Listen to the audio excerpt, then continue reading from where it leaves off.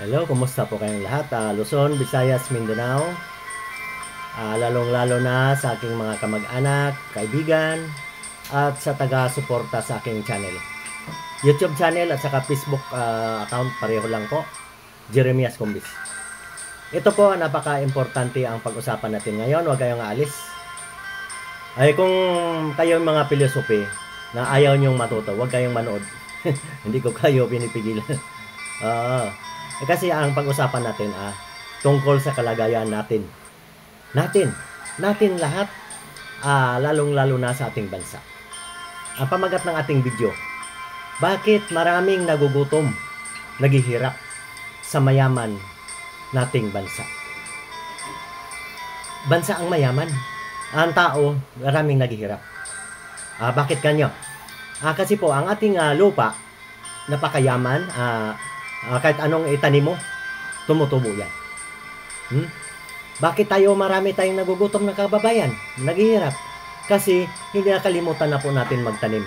Lagi po natin pinapangarap na pumunta ng Maynila o kung saan-saan man para magtrabaho.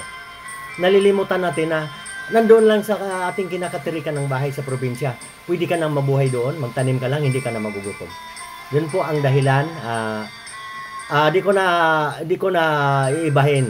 Ako din, isa din ako sa dumayo din po ako ng Maynila. Pero hindi po dahil sa ayaw kong magsaka. Ako po yung napilitan na umalis doon sa amin. Dahil po sa kadahilanan na siyempre, kanya-kanyang mga dahilan tayo. Ako, kung walang dahilan, hindi ako aalis doon. Ayun. So, ngayon, mapayapa na ang ating probinsya. Sawa ng Diyos. Hindi kagaya noong ako'y bata pa. Alam nyo naman, 70s, magulo talaga dyan sa Mindanao. Pero ngayon, sa awa ng Diyos, medyo unti-unti na pong naliwanagan ang mga isip ng ating mga kababayan. At hindi po dapat na tayo ay mag-aaway. Sarili lang po natin. Atin po itong bansa. Dapat po, ang ingatan po natin. Ngayon, tutumbukin ko na. Bakit kamo maraming nagugutom, naghihirap? Pinabayaan kasi natin ang agrikultura. Alam niyo, malungkot man sabihin, hindi masama ang mag-abroad.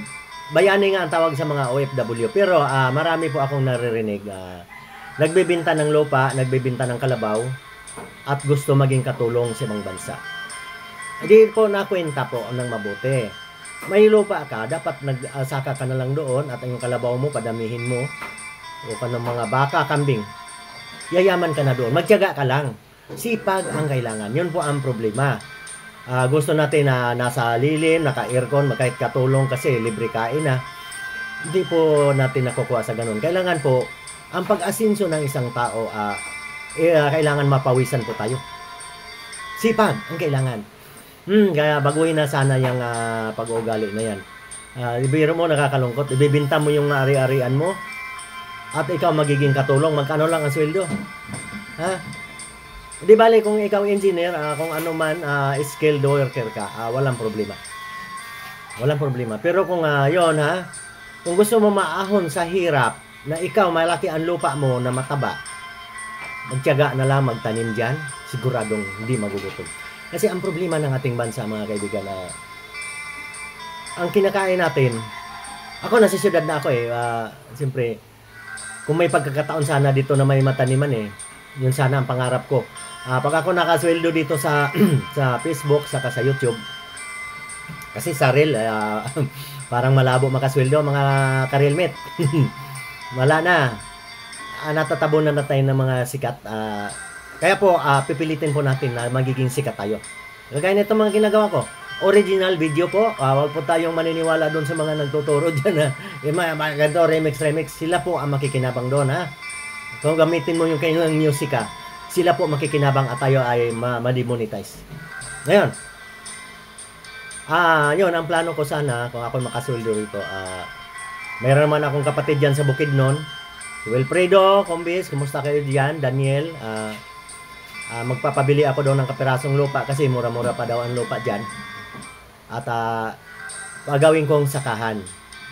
Yun pong aking plano. Sana kung may mga billionaire dyan. Ganun ang gagawin, magbili kayo ng lupa sa probinsya.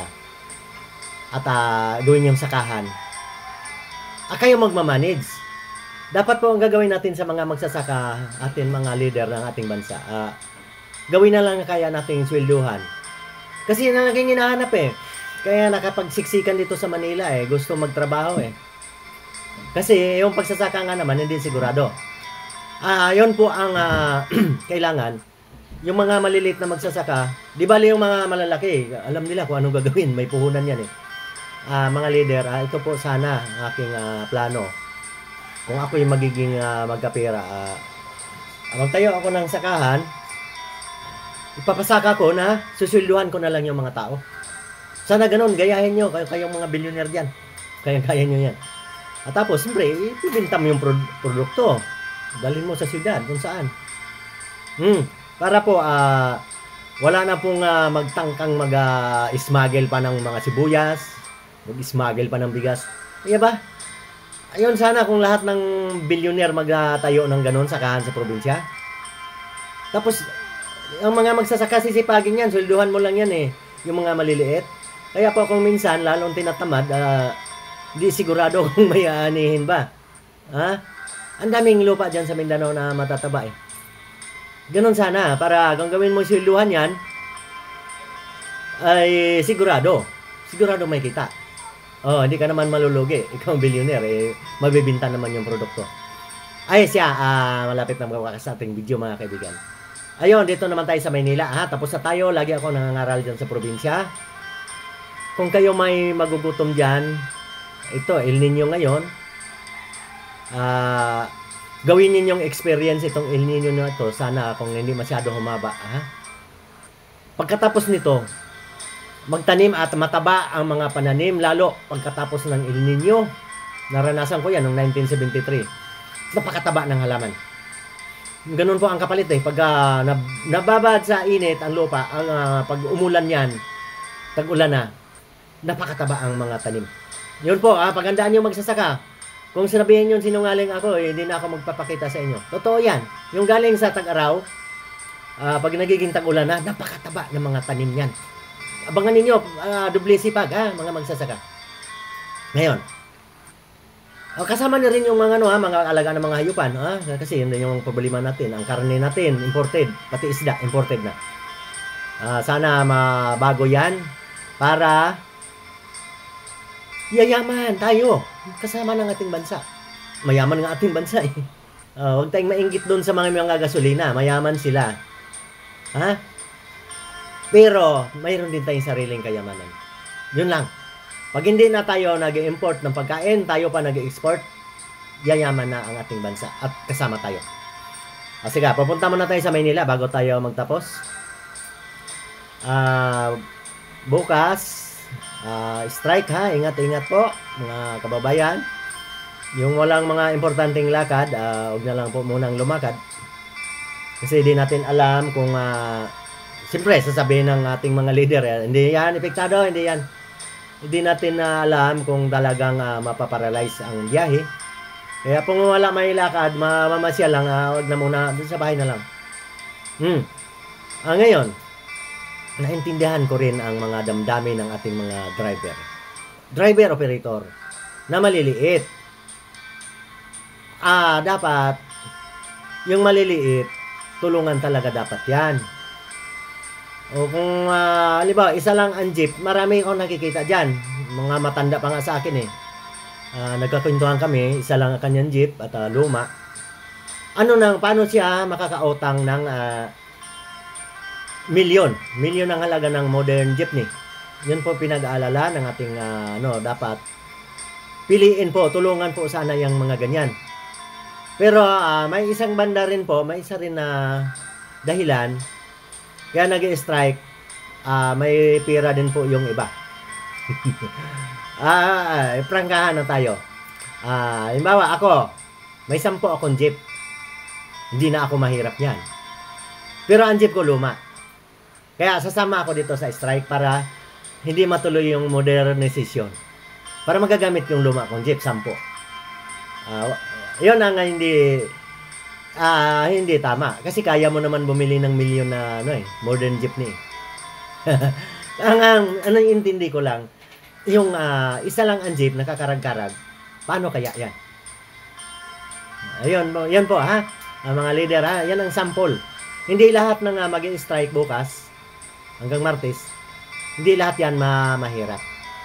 Kaya po, yan po sana tingnan kung sino talaga yung dapat tulungan.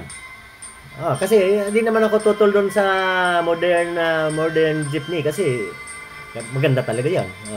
Ligtas ang ating mga mananakay. Pero dapat, yung isa lang ng jeepney ni Manong kakarag-karag, paano na? Alam ko pa utangin siya, pero nasa laki ng halaga, baka wala na siyang makain. Pangulog na lang. Ayun po sana, piliin po sana. Di bali yung 10 jeep, nasasali sa strike, ay gusto lang yan makatipid. Sige pasensya na kayo. Ito ay kuro-kuro lang para po tayo ay magtagumpay lahat. Hindi po natin pwedeng gamiting dahilan para tulungan tayo na mayroon naman tayo. Kung mayroon tayo, huwag na tayong humingi pa ng tulong sa ating mga leader.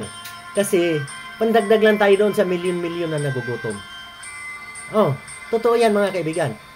Ako, hindi ko na kailangan humingi ng ayuda. Pero kailangan ko yung pensyon ko sa aking senior citizen, ibibigay ko doon sa aking kapatid na walang pensyon. Ayun po. Kasi po ako, nakuha ko na sa sipag. Sa awa ng Diyos, hindi na ako magugutom. Nakapagpaaral ng mga anak at may mga negosyo dahil tinitraining ko sila kung anong dapat gawin. Dapat makajus ka at huwag kang manglalamang sa kapwa. Para umasenso ang lahat ng tao sa ating bansa. Ay, huwag mo nang intindihin yung ibang bansa kasi alam niyo, ipagdasal din natin yung wag sana magkagulo ang buong mundo. Kasi ngayon, kanya-kanya ng pasiklaban. Pasiklaban ng mga kampi-kampi. Ingat-ingat po Ingat-ingat po ang lahat. Sana makuha natin sa dasal.